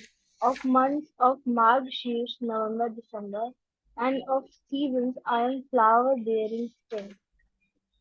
Yeah, read the highlighted portion from the purport. The Samved is rich with beautiful songs played by the various demigods. One of these songs is the Brihat Sam, which has an exquisite melody and is sung at midnight. Amongst the regulated poetry, the Gayatri Mantra, which is chanted by the duly qualified Brahmana, is the most prominent. The Gayatri Mantra is mentioned in the Srimad Bhagavatam because the Gayatri Mantra is especially meant for God realization. It represents the Supreme Lord. This mantra is meant for spiritually advanced people, and when one attains success in chanting it, he can enter into the transcendental position of the Lord. The Gayatri Mantra is very important in Vedic civilization and is considered to be the sound incarnation of Brahman. Brahma is its initiator and it is passed down from him in disciplic succession. The month of November December is considered the best of all months because in India grains are collected from the fields at this time and the people become very happy. Of course, spring is a season universally liked because it is neither too hot nor too cool, and the flowers and trees blossom and flourish. In spring, there are also many ceremonies commemorating Krishna's pastime. Therefore, this is considered to be the most joyful of all seasons, and it is the representative of the Supreme Lord Krishna. Okay. So I think it's pretty clear, right? Anyone has any questions? Yes, Prabhu. Mataji, when we heard of Purushottam Mas, the Mal Mas, it represents Krishna. So, but here it's been said that the month of March represents Krishna. So, how we can understand this? Yeah. See, he's not even saying Kartik, which is represented by Radharani. He's saying Markshish. Why? Because first of all, like Prabhupada is explaining that it's a month when all the grains are collected from the field, and also it is a month when Katyayani Vrat is performed by the gopis to attain Krishna. So that's why it's very dear to Krishna, because they are trying to attain him and they're performing Katyayani Vrata. So this is what the Acharyas explained. But Prabhupada has given a more common explanation, that because of the grains in the field. And he says, Dyutam chalayatam tejas tejasvinamaham jayosmi vyavasayosmi sattvam sattvatam aham.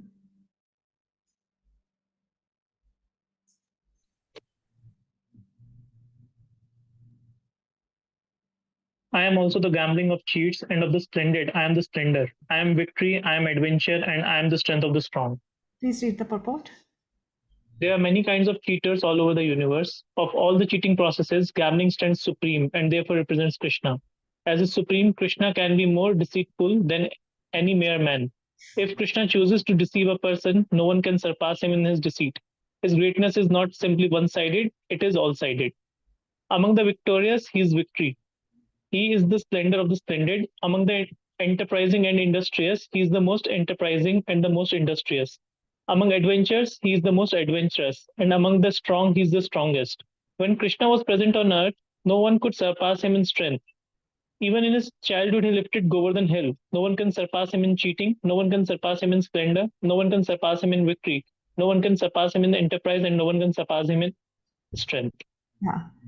So it's a very, very sweet explanation that if Krishna chooses to deceive a person, no one can surpass him in his deceit. His greatness is not simply one sided. It's not that Krishna is all nice and good.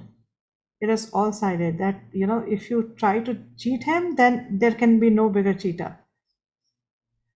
So he's like great in everything. And it's very interesting that he says that I am the adventure. I am adventure, meaning that for adventure you need to be able to move forward without fear, for any kind of adventure. So that power to move forward without fear comes from Krishna. So that's why he says I'm adventure, and I'm the strength, and I'm victory, because victory is awarded by Krishna. Victory is awarded by Krishna. Then he says, Vrishni, yes, Prabhu. So, Mataji, when we see in Mahabharata the gambling match between Kurus and Pandavas, right? So, does that represent Krishna as well? And in a way, yes, and in a way, no. So, yes, because it is all orchestrated by Krishna. These are like pieces on a chessboard that Krishna is very, very, carefully organizing, because he wanted to achieve a final result. He wanted to get there. So this was all the different people and different incidents were used as pawns by Krishna on the chessboard. So in that sense, yes. And in another sense, anything which is done adharmically does not represent Krishna. So that was not a dharmic, way of playing. So there was a lot of cheating involved in it. So they cheated and Krishna ultimately cheated them. So, so it's like, that's how we can also see that nobody can surpass him in deceit. You decide to cheat a devotee, Krishna will cheat you in the end to such an extent that one will not know what happened. Right? Vaibhavi? So, Madhaji, is it possible that Krishna sometimes make us win just to make us learn? He makes us lose also to make us learn, not just win. Many times a loss is the greatest teacher. Right. A lot of times when things don't go the way we want are the most learning experiences of our lives. Right. Yeah. Okay. 37. वृष्णीनां वासुदेवोऽस्मि पाण्डवानां धनञ्जया मुनीनामपि अहं व्यासा कवीनाम् उशना कविः. Somebody please read.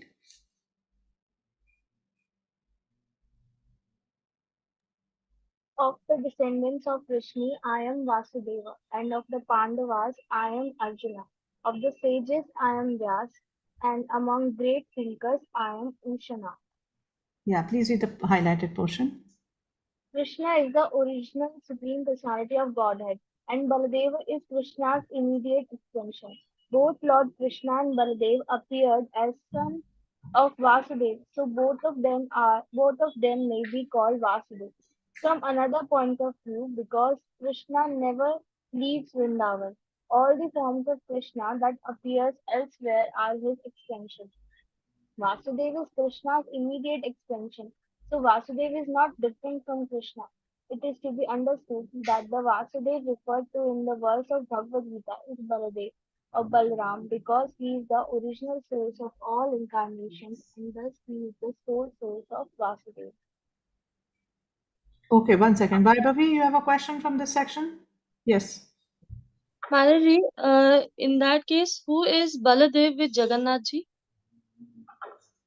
Jagannath ji is Krishna, so Baladev is his brother Balaram. Balaram only. And it says Bhagavad Gita is Baladev or Balaram because he is the original source of incarnation. That's quite confusing. Oh, good. Okay, so Vasudev refers to son of Vasudev, right? So both Krishna and Balaram are Vasudev. They're both sons of Vasudev. Different wives, but both sons of Vasudev. So Balaram is, so here Prabhupada is making a point that Balaram is the first expansion of Krishna. We know that Krishna first expands as Balaram. So in Chaitanya Charitamrita it comes that there's no difference between Krishna and Balaram except for two. One is Sevya Bhagwan, one is Sevak Bhagwan, and in their complexion. Besides that, there is no difference between Krishna and Balaram. So from that point of view, and also when Balaram expands, so when he expands as Chaturvyu, in that Chaturvyu there is Sankarshan, there is Anirudh, Pradyumna, and Vasudev. So that's why he's saying that he is the sole source of Vasudev, because Balaram expands. Krishna just expands as Balaram and then he plays his flute. He doesn't do anything else. You know, he just expands as Balaram and then he's playing his flute. He's busy in his pastimes. Everything else is done by Balaram. So in that sense. And also Prabhupada here talks about the immediate expansion of the Lord are called Swamsh. So when he is here, see, rest of the vibhutis that he's giving, they're all Vibhinansh. They are his separated expansions. They are not Swamsh, not his personal expansion. Only here he is talking about a Swamsh expansion. Rest all are his, his expansions, separated expansions, not direct expansions. But in case of Vasudev, he's talking about his direct expansion. Have I confused you more than what you were confused before? So, Mataji, if one is attracted to Jagannath ji, where does he go? Purushottam Kshetra. Actually, it depends. In which mood are you attracted to Jagannath? Are you attracted to Jagannath as his seeing him as the ecstasy form of Krishna, or are you attracted to Jagannath as Jagannath of Purushottam Kshetra? Okay. If someone is attracted to Jagannath ji as the supreme, that he sees He's him the as supreme. Krishna. He is supreme in either case. But see, very, I don't know, should I talk about this, not talk about this? Okay. So Jagannath, that form that Jagannath is actually a form of ecstasy, Krishna in his ecstasy, right? So that Krishna, Balaram and Subhadra, when they are in Kurukshetra and Rohini is telling all the wives of Pandavas and also to Rukmini and all about the love of Vrindavan, residents of Vrindavan, and Krishna, Balaram and Subhadra are hearing from outside the door. And when they hear those things about Brajvasis and those pastimes, Krishna, Balaram and Subhadra go into ecstasy. And they become stunted, like we hear in Chaitanya Charitamrita, that when Lord Chaitanya comes into ecstasy, he becomes, his whole body becomes like that of a tortoise. So similarly in case of Krishna, if one sees Krishna as an ecstatic form, Jagannath as an ecstatic form of Krishna, then one can go to Golok. But if you see him as the supreme personality, or you see him more as his opulent form and more as his other pastimes, then you can go into Purushottam Kshetra in the spiritual world. Okay, so if one is attracted to Jagannath ji in the mood of the pastime as they were having with the Rohini Mataji and others, then that person can go to Golok. Yeah. It's all the consciousness, where we end up is all our consciousness. If we are seeing Krishna's opulent form and him as a king, we end up in Divya Dwarka. But we see him as a Brajvasi, then we end up in Goloka. So it all depends on where the consciousness is. Okay. Then Prabhupada is saying that amongst the sons of Pandu, Arjuna is famous as Dhananjay. He is the best of men and therefore represents Krishna. Among the Munis or learned men conversant in Vedic knowledge, Vyasa is the greatest because he explained Vedic knowledge in many different ways for the understanding of the common mass of the people in this age of Kali. And Vyasa is also known as incarnation of Krishna. Therefore, Vyasa also represents Krishna. Kavis are those who are capable of thinking thoroughly on any subject matter. Among the Kavis, Ushana or Shukracharya was the spiritual master of the demons. He was an extremely intelligent and far-seeing politician. Thus, Shukracharya is another representative of the opulence of Krishna. Okay? All right, so 38. Dando damaya tamasmi nitirasmi jigishatam maunam chaivasmi guyanam jnanam jnanavatamam aham.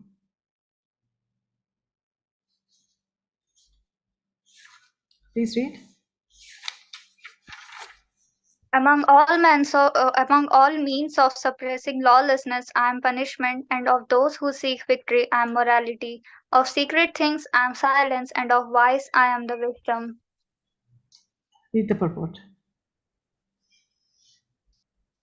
There are many suppressing agents, of which the most important are those that cut down miscreants. When miscreants are punished, the agency of chastisement represents Krishna. Among those who are trying to be victorious in some field of activity, the most victorious element is morality.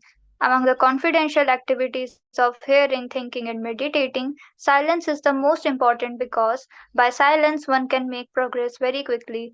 The wise man is he who can discriminate between matter and spirit, between God's superior and inferior natures.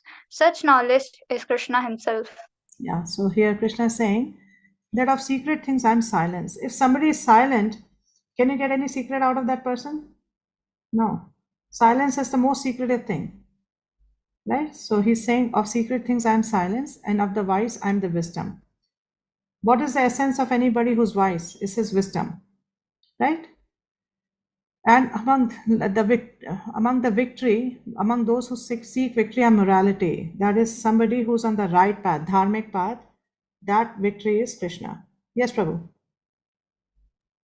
So Mataji, my question is from the previous text wherein Krishna said that of the Pandavas I am Arjuna. So we see that Yudhishthira Maharaj is the religious or is the elder of all the Pandavas, and he said that he has no enemies and all. We heard this. So why of all the Pandavas, Arjun is being chosen as the representative of Krishna, or it represents Krishna? Arjun is a Nitya Parshad of Krishna, and Arjun is the same age as Krishna. So there is a very strong bond of friendship. With Yudhishthira, there is reverence. He's older. But with Arjun, Krishna has a very strong bond of friendship. And also, that's why he's speaking not to Yudhishthira. That's why he agreed to become the charioteer of Arjun, not of Yudhishthira. Yeah, because Arjun is the dearest among all the Pandavas. Yes, Krishna Priya Mataji? Hare Krishna Mataji, it is because it could be also one of the reasons that Nara and Narayan in the previous incarnations, they were Nara and Narayan. They'll become Narayan Rishis in Badrikashram. Okay, later. That is, they have been there, but they stay on even after Krishna departs. Because that's why Krishna instructs Uddhav to go to Badrikashram to take, association of Nar Narayan and their devotees. Yeah, that's a very good point. Because of Nar Narayan, they appeared as Nar Narayan Rishi as well. Thank you. Yes, Prabhu. Mataji, you said that later they will transform into Narayan. But we they see transformed earlier, but they stay on beyond Krishna. Okay.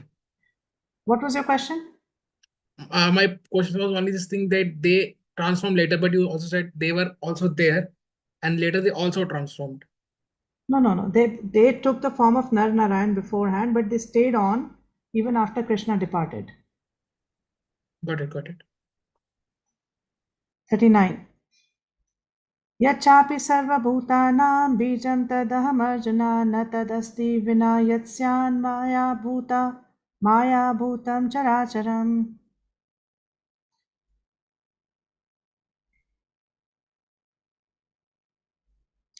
Somebody read, please.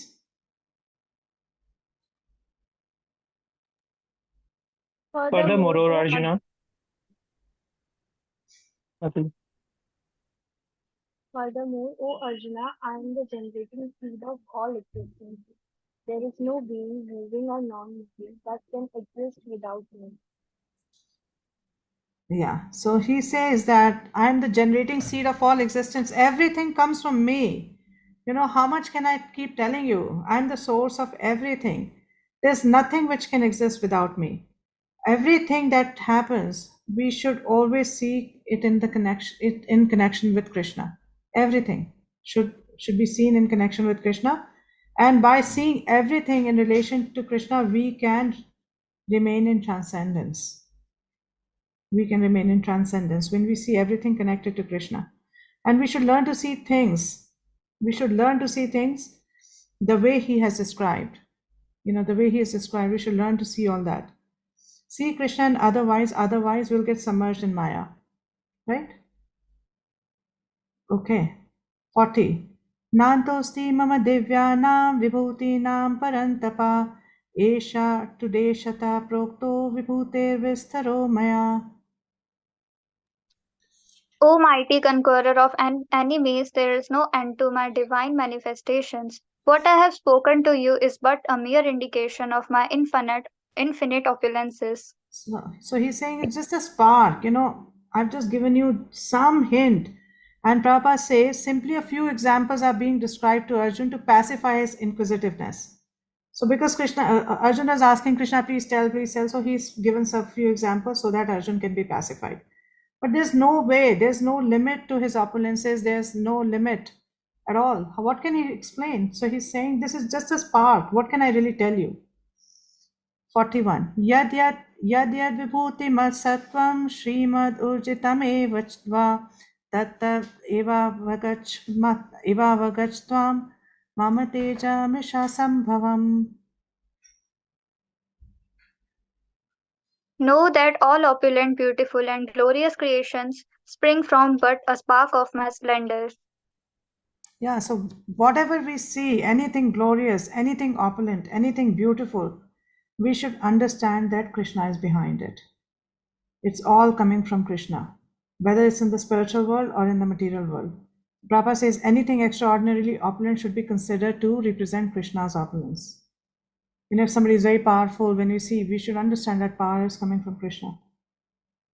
If somebody is very intelligent, that intelligence is coming from Krishna. Yeah. Last verse. अथावा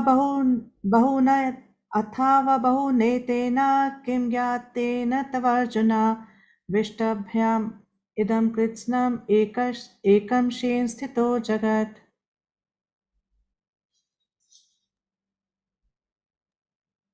But what need is there, Arjun, for all this detailed knowledge? With a single fragment of myself, I pervade and support this entire universe. So, final conclusion, there's no point in asking more details. You know, I am everything, everywhere, source of everything, cause of everything. What can I really say? So, Prabhupada explains in the purport, the Supreme Lord is represented throughout the entire material universe by his entering into all things as the Super Soul. The Lord here tells Arjun that there's no point in understanding how things exist in their separate opulence and grandeur. He should know that all things are existing due to Krishna's entering them as Super Soul. From Brahma, the most gigantic entity, on down to the smallest ant, all are existing because the Lord has entered each and all and is sustaining them. He is the origin of everyone born and no one is greater than him. He is Asamudbhava, which means that no one is superior to him and no one is equal to him. In the Padma Purana, it is said that one who considers the Supreme Lord Krishna in the same category with demigods be they even Brahma or Shiva, become at once an atheist. So one should not consider them in the same category. And one should not also consider them as independent of Krishna. They are not independent of Krishna and they are not in the same category of Krishna. They are all part and parcel of Krishna.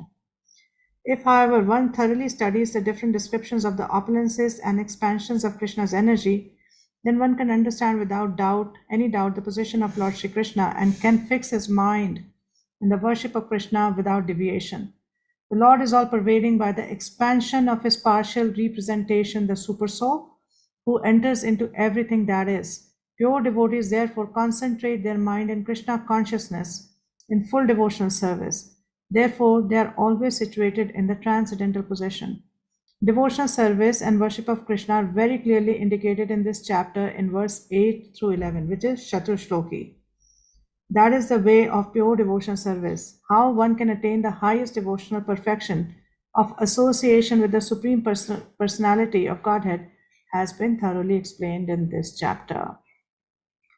Thus end the Bhaktivedanta purports to the 10th chapter of the Srimad Bhagavad Gita in the matter of the opulence of the Absolute. Okay, any question before we go? All right, so thank you very much for your patient hearing. And Krishna willing, we'll meet tomorrow and start 11th chapter, which is about the universal form of the Lord. It's a very interesting chapter. Okay, thank you very much. Please accept my humble obeisances. All glories to Srila Prabhupada. Jai. Hare Krishna. Thank you, Thank you so much, Mataji. Mataji. Pranam. Hare Krishna.